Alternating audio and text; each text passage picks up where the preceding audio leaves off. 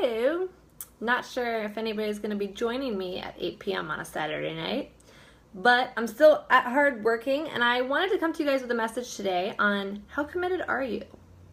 It's a question I ask myself often. How committed are you, Melissa, to like achieving the things that you want in life? How committed are you? And it was brought up again recently because one of, well, actually a few of my best friends are going through ALA right now, Ascension Leadership Academy, but one of them recently gave me a call as part of her training, and we were chatting a little bit about, she was asking me like how I stay motivated and committed to my goals. And I gave her the scenario. I walked her through a scenario, and I'm going to give you guys the same story. So I'm going to paint you guys a picture. 2 years ago, right around this time, John and I were starting our business. It was rough. We had started in August. Right around this time, actually, is when we started to get really short on money, and we were wondering, okay, how, if we're committed to real estate, what does it look like, and what are we going to have to do to make it happen? So we had our burn date, the day we would run out of money on the calendar. We had the date that we would have to move back to the East Coast on the calendar. We had a lot of pressure. We were so committed to what we wanted to accomplish that we left ourselves no back doors. So we quite literally burned the ship and we're taking the island. However, we needed to take the island or we were not going to survive. So for us, we were so committed that we just needed to make it happen. So we're having these conversations, and of course, when business is not going well or you're starting out in a business, anybody that starts a business, I have so much respect for, because it quite literally is like the hardest thing that you are ever going to have to do. So that being said, we're working as hard as we can. We are working 16 hours a day relentlessly. We're trying everything we can. We're cold calling. We're door knocking. We're holding open houses. We're time blocking. I'm waking up at 5:30 a.m. We're going to bed at midnight. We are trying everything possible. We're so beyond committed at this point. And it's the Monday before Thanksgiving, and I get a phone call. The brakes on our car had gone out that morning, so I was literally swiping my credit card of money that I didn't have for a entirely new brake system in the car. And I was like, shoot, I did not have $700 right now. We didn't. We quite literally didn't have $700. And I get a phone call, and on my phone screen it says Tennessee. And I'm like, that's weird. The property manager is calling, because John and I own property in Tennessee. So I'm standing behind the counter at this pretty, it was a pretty, it was not like a Firestone that we were at. It was a very discount, kind of ghetto feeling place. We were in not the greatest neighborhood. And I'm standing in line, swiping my credit card for the $700 brake issue that we don't have money for. And I get a call from the property manager. And I answer, hello? Please be good news and not bad. Well, I answer the phone and she says, hey, Melissa, I have a problem. My stomach drops, right? I'm like, shit. What now? And this is literally, brakes went out, but the week prior, we actually had 3 major things fall out. 2 deals and a big project that John had been working on that was $1 million home for a few weeks. So that happened, brakes went out, ding, ding, Tennessee. I have some bad news, Melissa. Do you have a second? And I'm like, sure, as I'm handing over my credit card to pay the $700. And she's like, the property, so we had just had a vacancy in one of our properties, and the tenants had moved out and left a ton of damage. We had quite literally just finished paying for and refinishing a replacement of the carpet and full painting and a bunch of other jazz. $2,500 in the unit we had just paid, and it was sitting vacant. And tenants were supposed to move in on Friday. This is Monday. So I'm hoping maybe she's gonna just tell me that the tenants fell out and maybe they need to find another one or something, because the property's been vacant for about 60 days at this point. 65 to be exact, and I know that for a reason. Because the bad news that she was calling to tell me was that the properties had gotten broken into, and even though they were vacant, they stole the hot water heater, the furnace, and the air conditioner. 3 major major house appliances. And when they stole those big home items, they did not turn off any electricity, power, or water. So guess what happened? When they stole the hot water heater, they didn't turn off the water, and the attic flooded, and the ceiling caved in on the brand new carpet and refinished home. Don't you just love when life throws you lemons and gives you lessons to learn? Yes. So we were faced with $10,000 unexpected dollars that we had to pay in December of 2015, right as we started our business.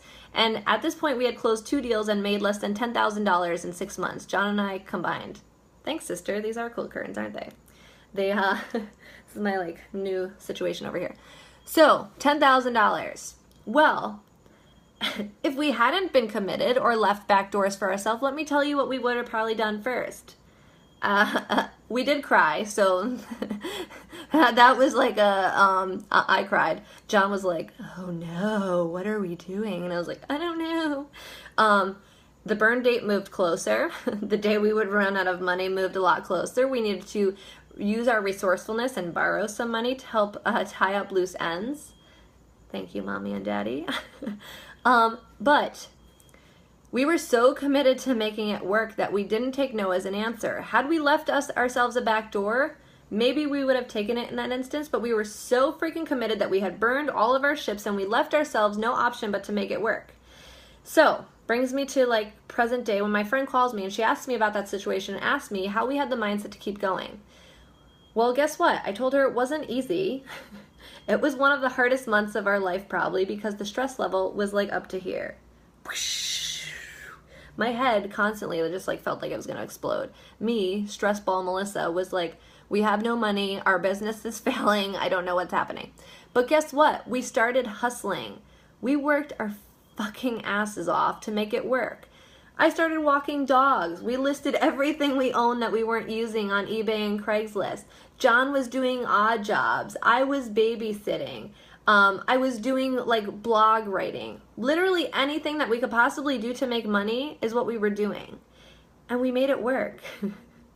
We didn't close the deal till March of the following year. And we didn't close another deal after that until June. But granted, June through December, I know that you guys know that we had success and we closed 17 deals June through December. But like, holy moly, were we committed. And it brought me to the question, I was thinking about it today, because right now John and I are committed to other goals in our life that are extremely stretchy and extremely difficult and really stressful and, you know, like drives anxiety. But guess what? When you are fully committed to something, it's just a way of life. And that shit becomes second nature. And the fact that we stretch ourselves and commit ourselves and are that determined to make it work quite literally means that we will not take no for an answer. And I encourage you guys to think about this because it's never a lack of resources. It never is.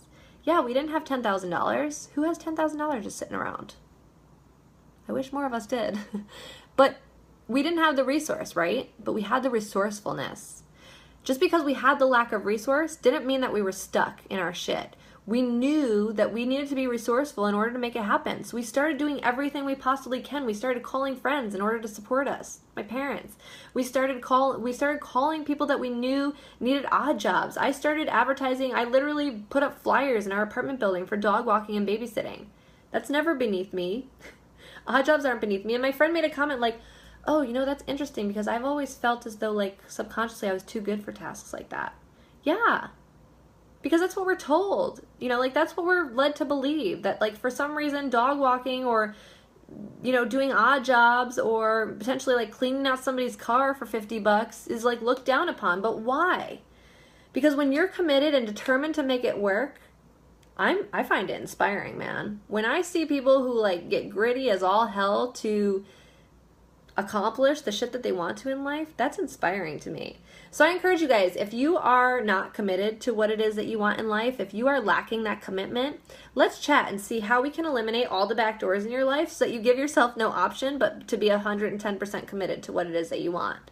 Because I can tell you firsthand that while it's stressful and while we experience roadblocks and, you know, while that level of commitment is often a really big struggle and requires a lot of grit and hustle and perseverance, it is incredibly rewarding when you're committed and you see shit start to really crank and work.